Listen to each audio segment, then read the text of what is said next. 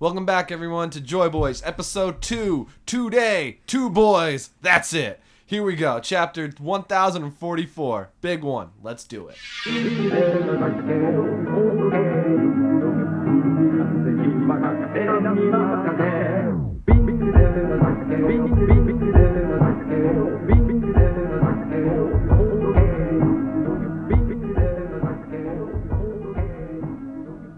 We just found out that everybody's theory about Luffy's awakening was correct. Or, well, not everyone's, but a lot of them. Yeah, like, okay, we have that it was a mythical ZOAN. Yes. A lot of people thought it was Hanuman. We thought it was Hanuman last week. We really did think it was Hanuman. I was so sure. I was really... Or like something monkey related. Yeah, like, I'm a little disappointed for being honest. I thought he turned into a giant monkey. Right? I was really excited, but it's fine. It's fine. We got something pretty cool, regardless. He got Rubber World. He did get Rubber World, and now a lot of people thought it was going to be like one thing or the other. It's going to be Rubber World, and that's it. But Right. It was actually just everything. It was anything rubber related. That theory was kind of confirmed. Or what am I missing? That was the two main theories. Those are the two main. Oh wait, but there was also that one theory of yours where Joy Boy is the fruit, sort of. That it's the yeah, we touched on that last week. We did. We were so close. We were really close. And that was kind of what's so frustrating about this. We were really close, but not complete. But like, everything makes sense now. Because Yes. before, like, his devil fruit made no sense. Actually, you know what? I'm going to be really honest. Not everything makes sense to me. And it's mainly that he's called Sun God Nika. What the fuck does the sun have to do with rubber? That's the one thing that doesn't make any sense to me. Yeah, that makes no sense at all. But this idea that he could do whatever he wants with his imagination. Yeah. That makes sense why he could turn into a tank, a snake. Tank Man is really underrated. I don't know what Bounce Man was or whatever. Bounce Man was... That was like a... I know, but like I don't know. I'm still confused if it's really called Bounce Man or Boundman. I've heard both. Actually, there is one more thing that I found a little confusing about this. I was not expecting Gear 5th to be the awakening. I always figured... No, I expected that completely. No, because think about it. Like Gear 6 couldn't be awakening. Yeah, but... What kind of number is 6? But no, but what I'm trying to say is that I would imagine an awakening would be different than Gear 5th. Oh, like it would just be a whole other thing entirely? Yeah, the awakening would maybe lead to Gear 5th. It would be something he can do because of Gear 5th, because each gear has had some kind of limitation. Right? And I've always felt that, like, I don't know, with the awakening, it kind of opens everything up. It seems like he has all the gears. And he could do anything he wants. Yeah, which is kind of what was happening in the chapter, right? Like, he kind of could do everything. So I was figuring, okay, so is Gear 5th really just going to be all of them combined? It could be more. It's way more than that. Way more. Like, he could turn it to anything he wants now. That's how I see it as. Exactly, but like, so I guess the real question, and this is something, again, because we've only really gotten a good idea of what a Paramecia awakening would be. Right. And we found out today he's not a Paramecia. Yeah, I mean, we've been had questions about that. Yeah, about like why his devil fruit acts like something that's not a Paramecia or a Logia, a little bit of both. It's kind of both, and the only thing that's ever kind of done that was always the fucking mythical zoans, like fucking Marcos fruit. Right. It looks and acts a lot like a We had like the a hints Logia. right there. Yeah, exactly. He told us. He really did tell us. But you were talking about earlier about how we haven't really seen the full effects of his awakening yet. Like this sun god thing.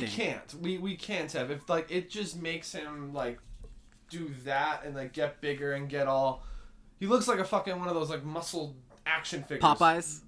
Kind of. He like kind of Popeyes did look with a lot those big like, ass arms. Yeah. I love that, to be honest. Like it seems like in a lot of ways this is where he was always going to. Yeah, look, he always said, Oda way back, he said he gave Luffy the Gum Gum fruit because he wanted to make Luffy as goofy as possible to make him look that's what they said, at least in the scans. That's what they called it, the most ridiculous power. Exactly. And that kind of is what it is. Like I was like literally the other day I was rewatching the old like the Ace flashback. Sure.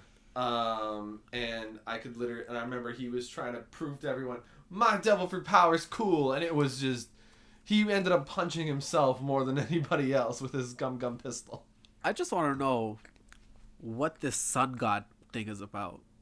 Cause like right now he's rubber. Yeah. And like you said, like what does rubber have to do with sun god? So far, the closest thing we have to like any kind of sun thing is the hair. Right, like the Super Saiyan shit. But it's not Super Saiyan because like. Well, clearly it's not Super Saiyan. No, but I mean but what I mean by that is like if we look because basically this form was teased in that color spread. I can't remember for which chapter, but it's a color spread where he looks like he's Ken. From Street Fighter. The Smash one. Yeah, so like the reason I'm saying it's not like Super Saiyan is because sure Super Saiyan made Goku's hair and Vegeta's hair blonde, but this isn't blonde. It looks like fire, and that's what it looked like in that color spread. So far, that's the only bit of fire that we've really seen. The only thing that really even like sure we've seen Red Rock and Red Hawk, but we've never actually seen him do that now. Right. So what is that? Also, there is one last thing, not to keep Go ahead, bro. The craziest thing about this specific devil fruit is that so far, even with the mythical Zoans, they've all been stuff that like is part of like real world legends. Right. Nika, as far as I know, there is no real world legend on Nika. Yeah, what you say, my boy? I said there's no real world legend of Nika. Nika is something completely. Yeah. I'm sure it's based off something. So, let's go back to the main thing. Okay. The main thing that I thought was mad important, that you thought was mad important, was the fact that Zoan fruits have a mind of their own. Right, and that actually really does. That really does open the door for so much stuff in One Piece. And once again, he told us this. Remember that gun or that sword that turned into an elephant? Yeah. The sword that had the elephant fruit? Spandam, yeah. Yeah. He told us this like 1,000 chapters ago. It does kind of become alive at one point. Like when it becomes the elephant, it actually like talks and stuff.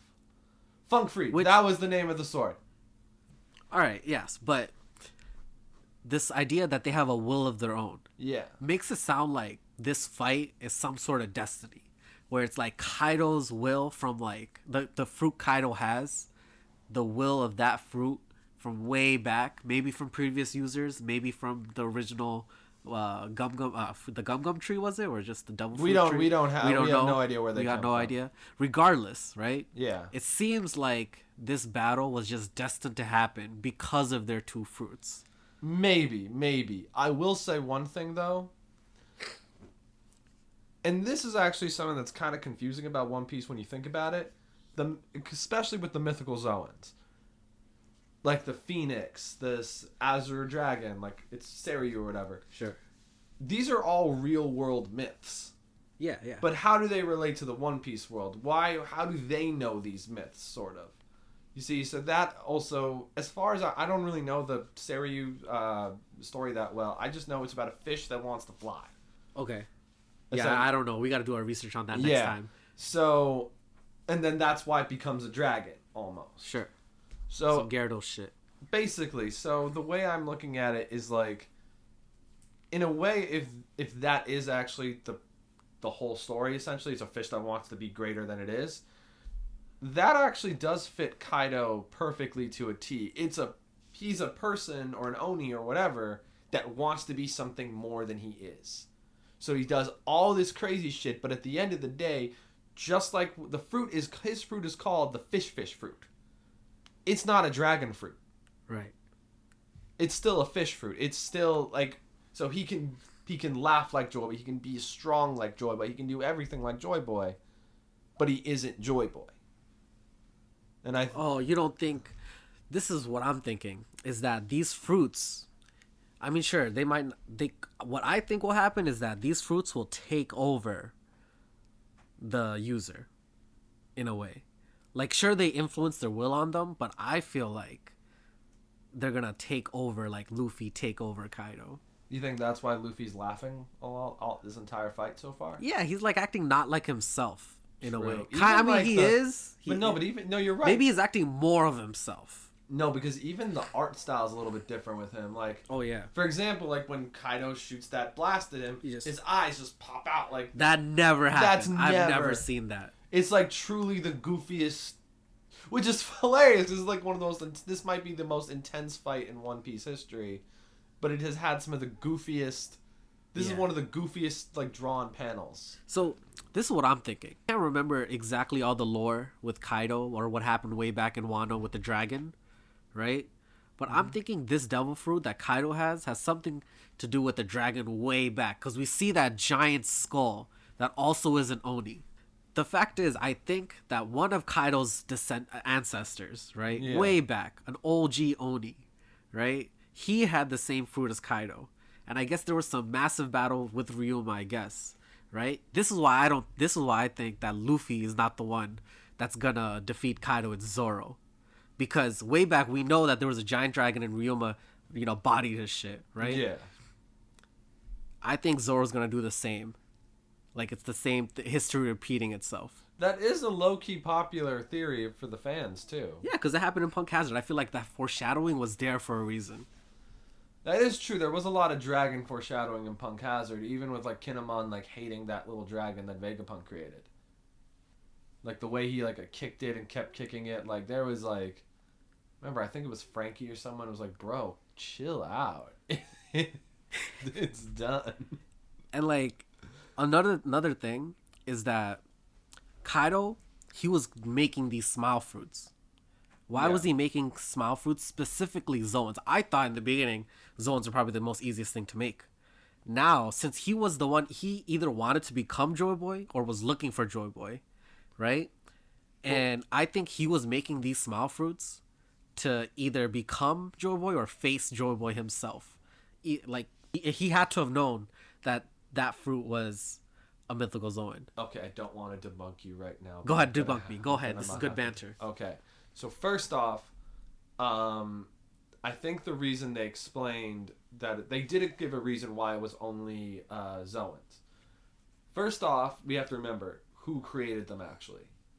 Who was it? Dofi? Oh no, Caesar. Caesar. And let's face it, Caesar has an inferiority complex about Vegapunk. Sure. Vegapunk himself could only make a smile fruit that was like basically a ZOAN type. And he made one based off of Kaido's, which is the one Momonosuke has. There is no way that Caesar Clown wouldn't try and make a better fruit than Vegapunk or do more than Vegapunk. So what if he was trying to make a Joy Boy fruit? Let me get to that. Alright.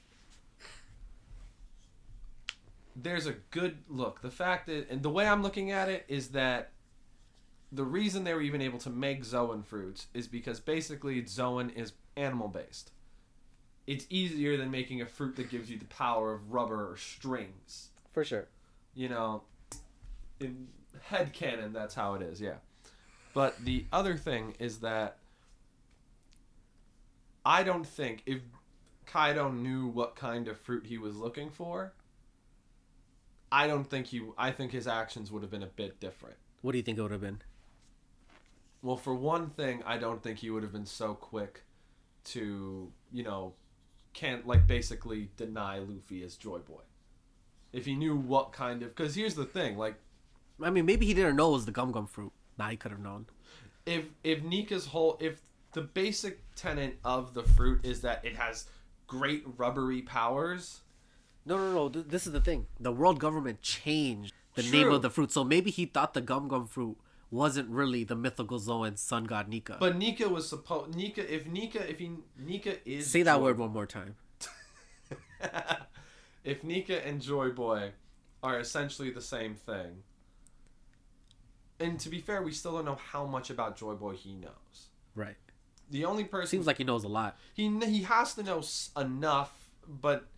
Odds are he would know that Nika and Joy Boy are somewhat similar, or at least connected. So the way I'm looking at it is, how is it possible... If he knew what Joy Boy's powers were, or if what Nika's powers were more accurately, there's no way he'd be so quick to denounce Luffy. There's no way... And right. More than that, he wouldn't take him so lightly. Right. Even if he was weak the very first time they fought... he wouldn't be so quick to dismiss him. He would have treated him differently. Like, think about Yamato. Yamato, he knows, was not Joy Boy, but he had a lot of, like, faith in Yamato's power and everything. He would have... That's what I'm also thinking, is that, you know, once again, with this idea of that Zoans have a will of their own, I wonder what the will of Yamato's is. But... Actually, what do you think? Well, Guardian, it's supposed to be the Guardian of Protector Wano. of Wano. Oh, yeah. Yeah, so that all actually works. That actually works.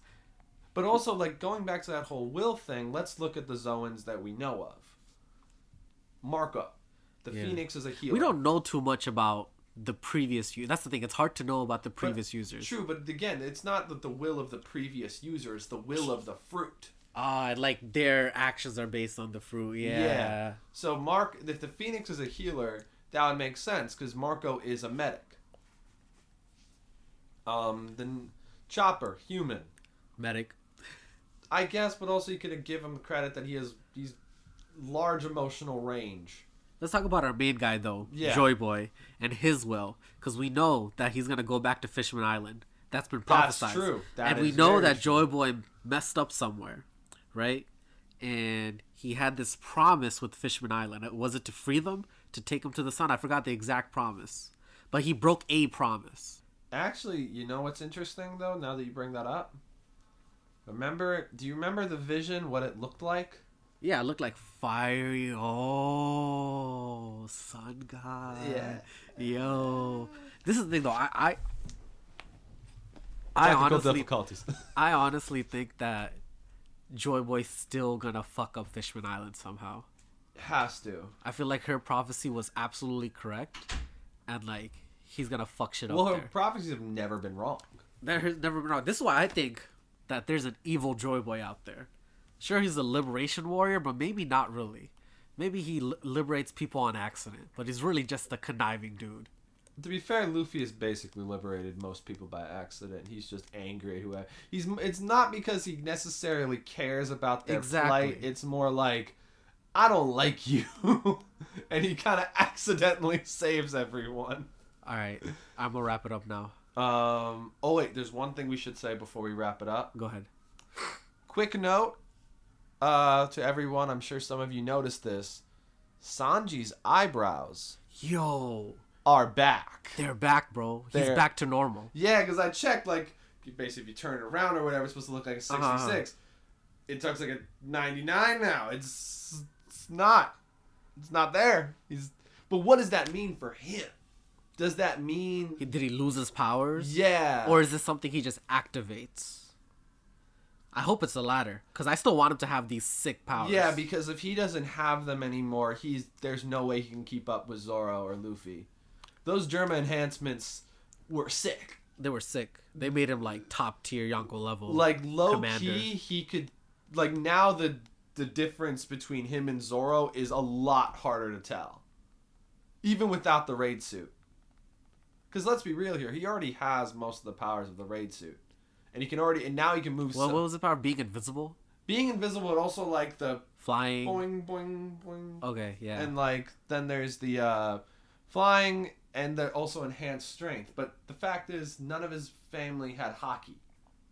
True. So essentially, his base form is much stronger. His base form is now much stronger, and his base form is much stronger. But also, he can enhance it to whatever end now with hockey. So at this point, he is probably, I would say him and Zoro are like now more equal than ever before. All right. Let's wrap it up. Yeah, let's wrap it up. So what do you all think about Luffy's awakening? Do you think Zoro's going to be the one to defeat Kaido? What do you think about this idea of Joy Boy being evil? And are Sanji's powers really gone? Join us next time at Joy Boys. And don't forget to hit that like button and subscribe. And share it!